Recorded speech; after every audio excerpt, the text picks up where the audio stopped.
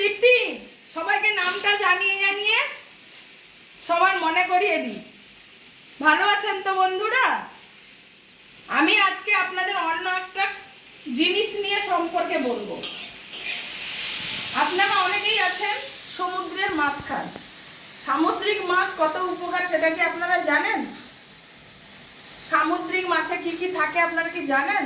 যদি জানেন কমেন্ট করে পাঠান, আর যদি না জানেন তাহলেও কোনো ব্যাপার নেই, কিন্তু খাবেন।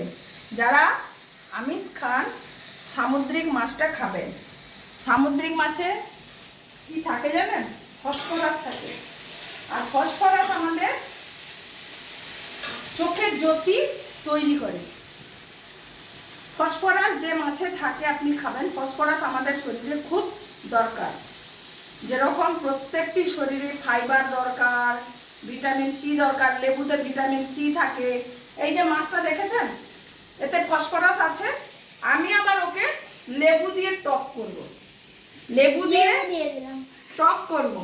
ওই টক ভিটামিন সি থাকলো, ফসফরাস থাকলো। আমরা সামুদ্রিক মাছটা খাই। আর এই মাছটা কি বন্ধু? এই মাছটা কি বন্ধু আপনারা কমেন্ট করে জানান। আমি নাম বললাম না, এর পরের ভিডিওতে নাম বলে দিব। বুঝতে পেরেছেন?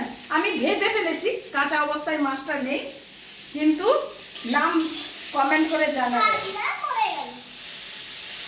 অনেক অনেক জিনিস থাকে আমরা যেগুলো খাই কিন্তু উপকার বুঝি না, খেয়ে নিই, স্বাদের চোটে খেয়ে নিই।